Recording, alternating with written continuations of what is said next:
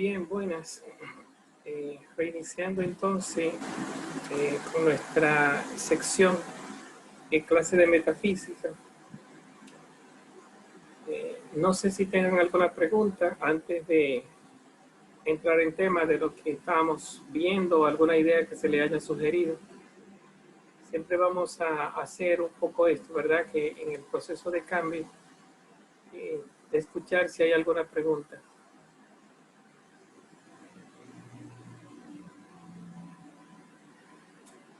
Nada por ahora, ¿no?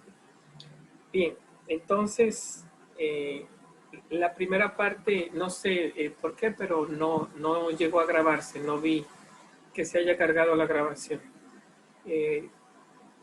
No sé, como ya he dado 3 secciones de la primera clase, no sé si sea por exceso o no sé si fue descuido, pero vamos a ver si se continúa con este proceso. Tengo a la mano lo que se llama el libro séptimo de metafísica de Aristóteles, la parte por lo menos de estilo folleto, y de alguna forma hay que comenzar a entrarle el diente. Ya para un próximo encuentro, yo me gustaría un poco como reforzar un poco lo que vimos en el primer momento, ¿no? Esto de la realidad también en el sentido no solamente físico, sino también en el sentido artificial y en el sentido virtual, porque hoy hablamos de que la artificialidad se ha convertido también en virtualidad. Cuando decimos artificial, la palabra arte en Aristóteles es el hacer del hombre.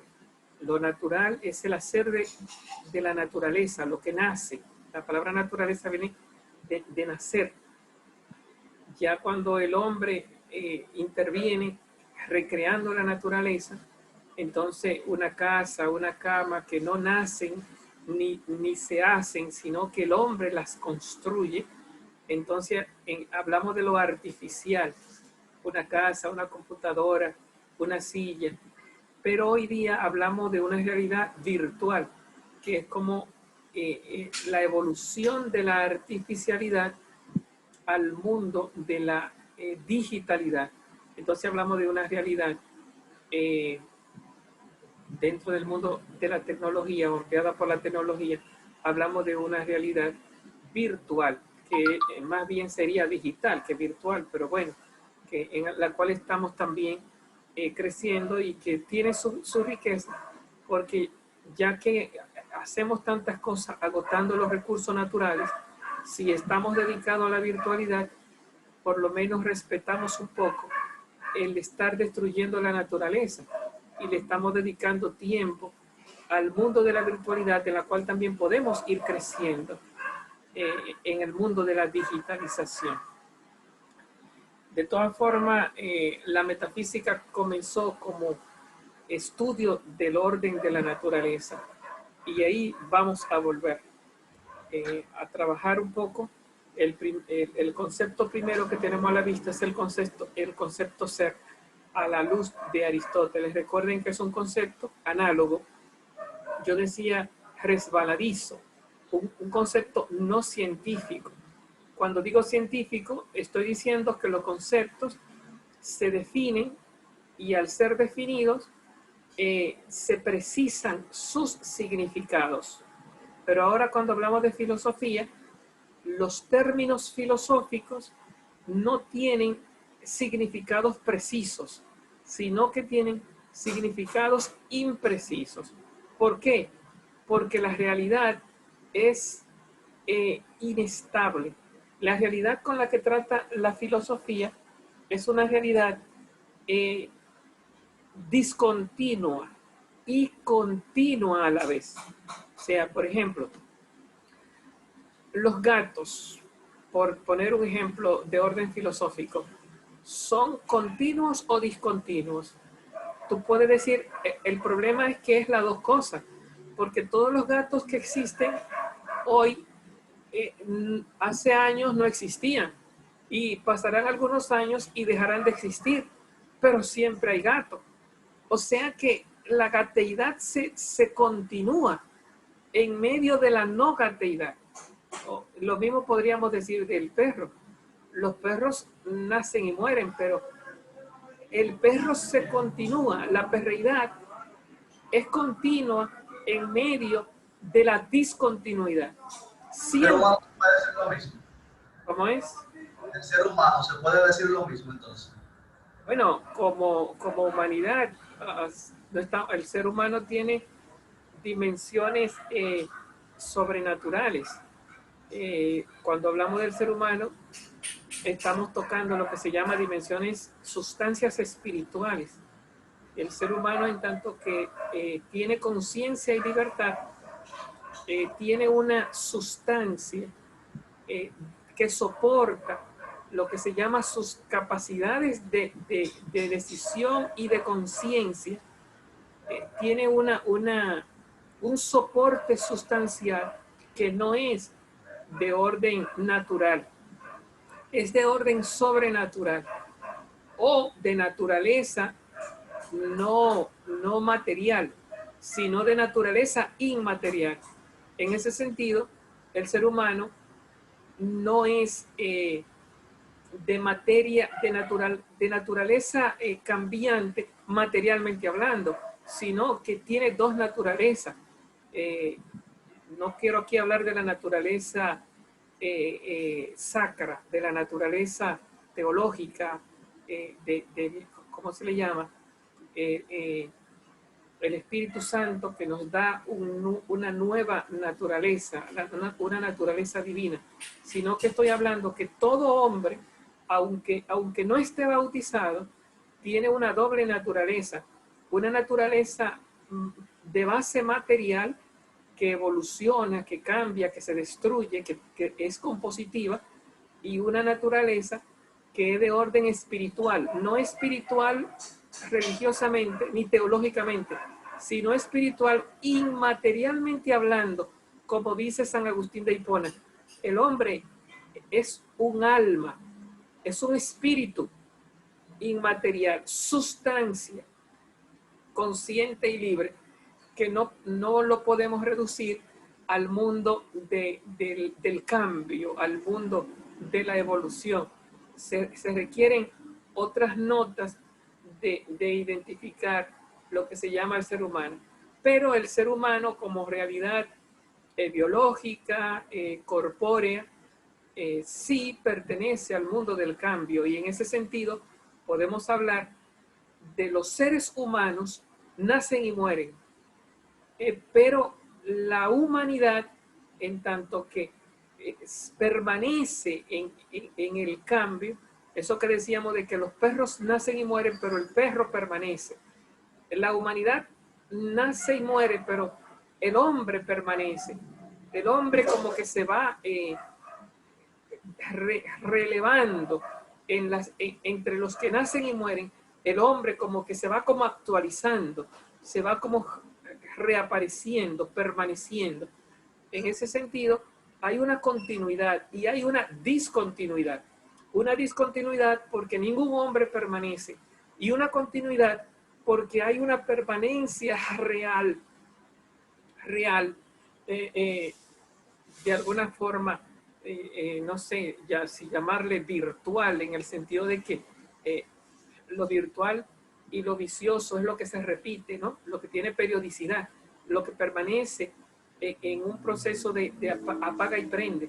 En ese sentido, hay como una especie como de realidad virtual, de estabilidad, que también está presente en la ciencia y en el conocimiento del ser humano respecto a la realidad de este mundo. Bueno, entonces nos encontramos con esa problemática, ¿no? El ser es continuo y discontinuo a la vez.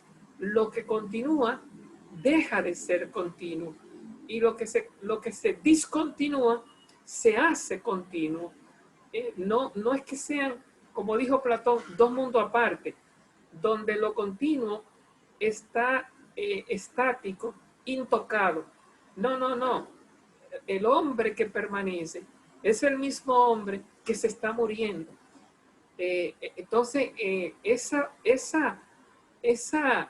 paradoja de que sí y no, de que permanece y no permanece, Eso es lo que se llama la mirada aristotélica del ilemorfismo, en tanto que, en tanto que materia es individual y cambiante, en tanto que forma, forma no vista desde el individuo, sino forma vista desde la inducción, desde el efecto de la inducción, desde la ciencia, es universo. La palabra universo aquí hay que trabajarla, hay que precisarla, pero es, es una realidad permanente, estable, en la diversidad.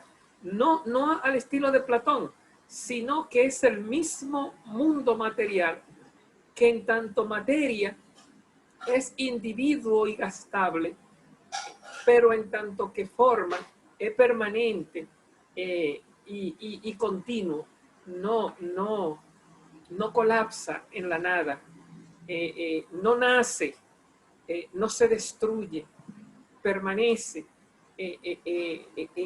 de una forma virtual. Entonces, al querer precisarlo a nivel de individuo, entonces tú te encuentras con el problema que se muere.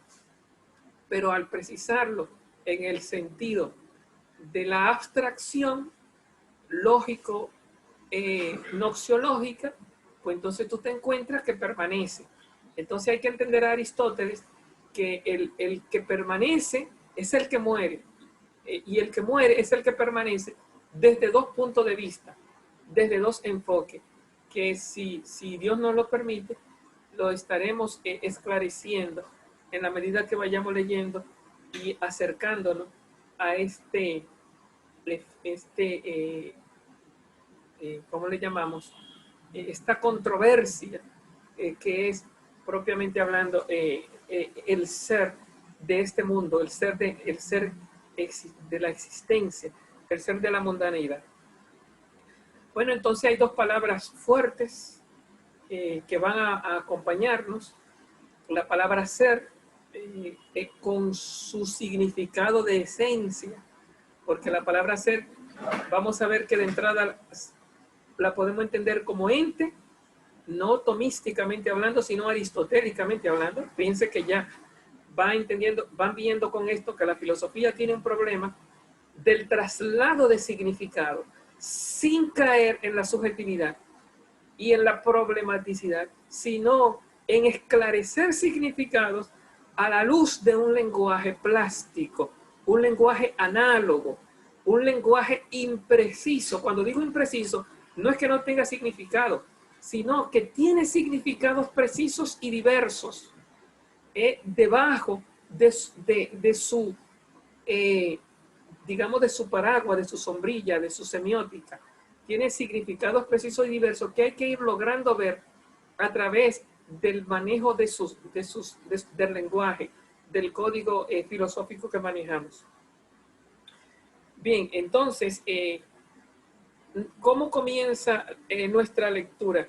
Lo primero que leemos en el libro séptimo de la metafísica es esa frase de Aristóteles: el ser se entiende de muchas maneras. Una frase que me han escuchado, una frase que no puede dejar de explicarse, una frase que se va a repetir muchas veces en la metafísica de Aristóteles. El ser se dice de muchas maneras. Fíjense que cuando decimos el ser se dice de muchas maneras, de entrada no queremos meternos en la analogía del término, la analogía, la imprecisión de significados. No sé si sea el término, es como la diversidad de significados abrazado por un mismo término. Eso sería la analogía, que no es, la analogía se opone a equívoco, porque equívoco es que los significados son diferentes, aunque la palabra es la misma. Si tú utilizas la palabra gato, que tradicionalmente hablando se dijo, una cosa es el gato entendido como ladrón y otra cosa es el gato entendido como mascota. Entonces la palabra gato es equívoca, porque si tú dices, tráeme el gato y me trae al ladrón, yo pidiéndote que me traiga la mascota, en ese sentido hay una equivocación. Equívoco, X es igual y vos dos voces. Es una misma palabra, pero con dos significados diferentes. Entonces, como tiene significados diferentes, ahí no hablamos de analogía, hablamos de equivocidad. Equivocidad. El ser no es, la palabra ser no es equívoca. No es que cuando yo hablo del ser como esencia y hablo del ser como ente y hablo del ser como existencia, estoy hablando de seres diferentes. No. Y sí, hay diferencias, pero estoy signando la misma totalidad, que es la que le llamamos ser, la misma totalidad desde un, llamémosle así, desde un punto de vista diverso. No es lo mismo mirar el ser desde la existencia que mirarlo desde la esencia, que mirarlo desde la sustancia, que mirarlo desde el ser primero o el ser segundo. ¿Cuál es el verdadero ser? Todos son el mismo ser, pero desde temáticas, polos diferentes. Bueno, entonces, por otro lado, además de lo que se llama la equivocidad, está la palabrita de la univocidad. Si la filosofía fuera unívoca, sería de una terminología científica. Defíname, profe, ¿qué es un perro? O defíname, profe, el término. Si se te define y se te despacha con una definición, pues lógicamente ya no entramos en lo que es el problema de la filosofía, que tiene un lenguaje que es errático en el sentido de precisión, pero al mismo tiempo es preciso en el sentido de signación, de referencia. Te está señalando una realidad que tiene que lograr ver a través de un lenguaje que nos resulta caótico, inestable, impreciso. El ser es un término caótico, impreciso, inestable y al mismo tiempo estable, preciso. Se sabe lo que se está diciendo. Hay una diversidad debajo de esa unidad. Entonces, en la medida que vayamos viendo, o el que de ustedes pueda ir viendo lo que queremos ir señalando, pues podrá ir entendiendo y no que hay un ser que no se puede atrapar, que la realidad no se deja atrapar por el lenguaje. Entonces, Aristóteles hizo este esfuerzo de manejar el concepto de sustancia y existencia, que son lo que aquí vamos a trabajar con más énfasis en este orden. Y hemos dicho que comenzamos esta lectura diciendo que el ser se entiende de muchas maneras. Pero para esto no quiero enfocar la reflexión en la analogía del término. No estamos ahora en lenguaje. Estamos ahora tratando de mirar de qué ser nos está hablando Aristóteles. ¿Cuál es el ser? Que se dice de muchas maneras cuando Aristóteles nos dice esta frase. No es un ser mental, qué sé yo, el ser de Parménides, que no es de este mundo, por lo menos no está en el mundo sensible, visible de las cosas que pasan y mueren. El ser de Parménides es un ser uno, eterno, infinito, inmutable, que está siempre. Estamos buscando el ser de Aristóteles. El ser de Aristóteles no es el ser de Platón, de las esencias fijas en el topos uranos, en el mundo de las ideas. ¿Cuál es el ser de Aristóteles? Es el mundo del cambio, el mundo del devenir, es el mundo de Heráclito, de las cosas que son y no son. Es el mundo que Parménides le llamó vía media, el mundo que Parménides, el mundo del conflicto, el mundo del nacimiento y muerte, el mundo, un mundo estable visto desde un punto de vista, inestable visto desde otro punto de vista, un mundo que siempre es el mismo, siempre hay gallinas, siempre hay vacas, siempre hay seres humanos, siempre es el mismo, pero un mundo que nunca es el mismo, un mundo que es continuo y un mundo que es discontinuo, un mundo que es el espectáculo de la naturaleza frente a nosotros, un mundo paradójico, un mundo que viene del no ser, porque no hay ningún ser que veamos que siempre haya sido, por lo tanto viene del no ser y vuelve al no ser. Sin embargo, hay una estabilidad ahí que siempre es y que nunca nació y nunca murió, aunque sea de forma virtual, científicamente hablando, con realidad, no individual, pero sí con realidad. Yo he utilizado aquí la palabra virtual, podríamos decir con realidad noxiológica, con realidad óntico, tomística, óntico mental, con realidad referencial, más que visto así, con realidad individual. Entonces, Aristóteles tiene estas dos miradas. Y si tú te acostumbras a estudiar los libros de Aristóteles, te va a encontrar que la mayoría van a hablar de una aporía o de una contradicción, de un Aristóteles que habla de una realidad que es individual y que al mismo tiempo no es individual. Una realidad que es una y primera en sentido individual, pero que al mismo tiempo es una realidad que ni es una ni es primera en sentido individual, sino que es universal y primera en el sentido esencial, en el sentido mental, en el sentido de lo que llamaríamos sustancia segunda, no en el sentido de sustancia primera. Bueno, entonces, cuando se habla del problema de los universales, en la Edad Media, los filósofos quedaron metidos en ese problema y habían los filósofos aristotélicos universalistas y los filósofos aristotélicos individualistas. Y había una tensión ahí que al final es el tema de los universales vino a resolverse, no con Aristóteles, sino con, ¿cómo se llama?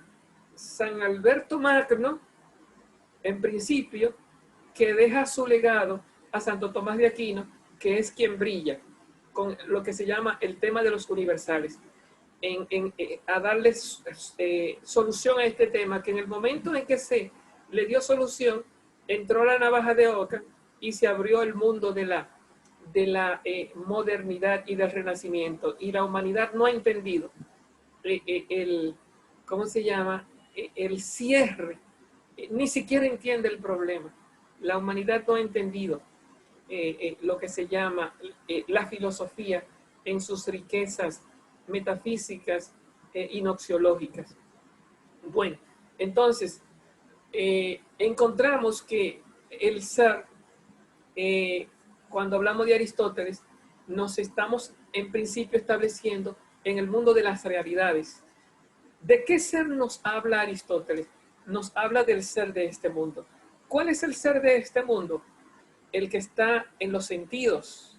El ser de Platón es un ser de las ideas, la caballeridad del caballo, la perreidad del perro, mientras que para Aristóteles el ser es el perro que yo veo, la vaca que yo ordeño, el perro que me muerde, la piedra con la que yo tropiezo, la gente que veo en la calle. Entonces, este mundo, de alguna forma, que estamos de frente a él con los sentidos y que lo decodificamos, lo leemos, lo interpretamos, lo desciframos con los conceptos. Entonces tenemos el ser a la luz de Aristóteles es cosa, y al mismo tiempo esa misma cosa es virtualidad decodificada. Vamos a decirlo así, es como si a la luz de Aristóteles no se quisiera ver la conceptualización de la realidad, sino más bien la virtualización de la realidad. El hombre, en tanto que virtual, no permanece en mi conciencia, lo que verá Tomás de Aquino, sino que para Aristóteles permanece en los individuos. Entonces, esa virtualidad que sería el hombre, llamémosle así, en modo absoluto, que está tanto en la mente como en la realidad, para Aristóteles lo que hace es que ve ese hombre en modo absoluto en los individuos de este mundo. Entonces, es la forma que le da identidad a la materia. Y en ese sentido, para Aristóteles, es una mirada desde la forma, no es una mirada desde la idea, sino una que para no caer en Platón, sino una mirada desde la forma, para caer lo que se llama en la realidad del ser de las cosas. Las cosas tienen su ser, y el ser de las cosas es la forma que tiene las sustancias, es la forma que tiene la materia. El ser es la identidad que encontramos en los seres de este mundo. Entonces, ¿de qué ser? Fíjense que tú dices, el ser se dice de muchas maneras. ¿Cuál ser? Los seres. Una vaca, un perro, un caballo. Y si tú lo coges así de forma holística, digo holística porque un perro, un caballo, una vaca, una piedra, son un universo de seres que Aristóteles también vio, por eso digo holístico. Entonces, el ser que es holístico tiene dentro de sí un mundo de seres que no son holísticos, sino que están dentro del ser holístico. ¿Me siguieron? Entonces, tenemos un ser que es esta vaca, este perro, este caballo, otros seres dentro de ese ser. Entonces, ese ser holístico, digamos, le llamamos el ser como ente. Aristóteles no tenía esas palabras, ¿no? No tenía, por lo menos no la tenía tan precisada como ahora. Claro que tenía la palabra ontos, entendida como realidad, y a nosotros nos ha evolucionado como ser. La palabra onto, de donde viene la palabra ontología, y la palabra, de donde viene la palabra esencia, ente. Entonces, cuando Platón dice ontón, está hablando de lo realmente real, aquello que tiene existencia en este mundo. Y ontos, lo que tiene esencia. Y ontón, lo que tiene esencia y existencia. Entonces, una cosa es lo realmente real. Entonces, la palabra ser que nosotros manejamos como ente tiene raíces aristotélicas. ¿De dónde viene la palabra realidad? Y Aristóteles la utiliza y dice el ser, se dice de muchas maneras. Pero cuando tú precisas la palabra, ¿cuál ser? El ser que es de este mundo, las cosas. ¿Y qué es ese ser? Ya ahí entra una pregunta que busca el quid, el qué de ese ser que yo tengo a la vista. Entonces, fíjense, una cosa es el ser que yo tengo a la vista, que es el que se dice de muchas maneras, y otra cosa es las maneras en que yo digo ese ser, que se dice de muchas maneras. Una piedra, yo la digo de muchas maneras. Una vaca, yo la digo de muchas maneras. ¿Cuáles son las diversas maneras que yo tengo de decir una vaca o una piedra? Bueno, de una piedra yo te puedo decir que es dura, que es grande, y en el lenguaje mismo estoy diciendo qué es la piedra dura, qué es la piedra grande, o sea, que forman parte de la seidad de la piedra. Pero ¿qué es la piedra? ¿Es piedra? ¿Es dura o es grande? Cuando yo hablo con verdad y con realidad, ¿qué es lo que realmente identifica a la piedra? Su dureza, su grandeza, su resistencia o su pedreidad o su ser piedra. Entonces Aristóteles, el ser se dice de muchas maneras. ¿Cuál ser? La diversidad de los seres que se dan en la piedra. Ahora bien, dentro de la diversidad hay un ser primero Entonces ahí aquí estamos jugando con la palabra primero, porque el ser primero es el ente, el ser en tanto que se dice de muchas maneras, pero dentro de la diversidad de ser hay un ser primero al que todos los demás seres se refieren. Entonces Aristóteles comienza a diferenciar entre un ser primero en el sentido del decir, el ser se dice de muchas maneras, y lo que se dice de muchas maneras, hay una forma primera de decirlo, y varias formas segunda de decirlo. Si tú eliminas la primera, desaparece la segunda. Entonces por eso decimos, la esencia sería, que también juega con el término, esencia primera y esencia segunda. Bueno, la esencia sería lo que se llama el ser primero. Y los accidentes serían el ser segundo, sin dejar los accidentes de ser ser y esencia, y sin dejar la esencia y los accidentes de ser ser. O sea, ¿cuál es el ser? El ente como ser primero, la esencia como ser primero, entre los accidentes, o los accidentes como ser. ¿Cuál de los tres es el verdadero ser?